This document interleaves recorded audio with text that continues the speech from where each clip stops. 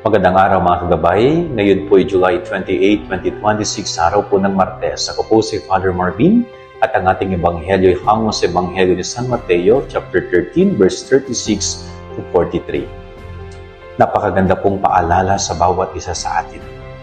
Ang kaharian ng Diyos na ipinunla niya sa ating mga puso. Sabi ko nga, inaasahang ito'y magbubunga ng mabuti at marami. At kung ito'y magbunga ng marami at mabuti, ito ay magiging kasiya-siya sa kalooban ng Diyos.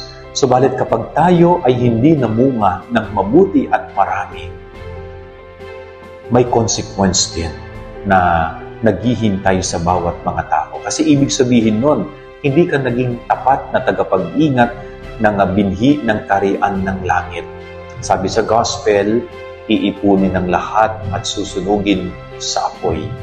No, sana ho, maging motivation natin palagi araw-araw, maging inspirasyon natin palagi araw-araw, ang magsikap na palaguin ang binhi ng kaharian ng Diyos upang ito ay patuloy na mamunga ng marami at mabuti.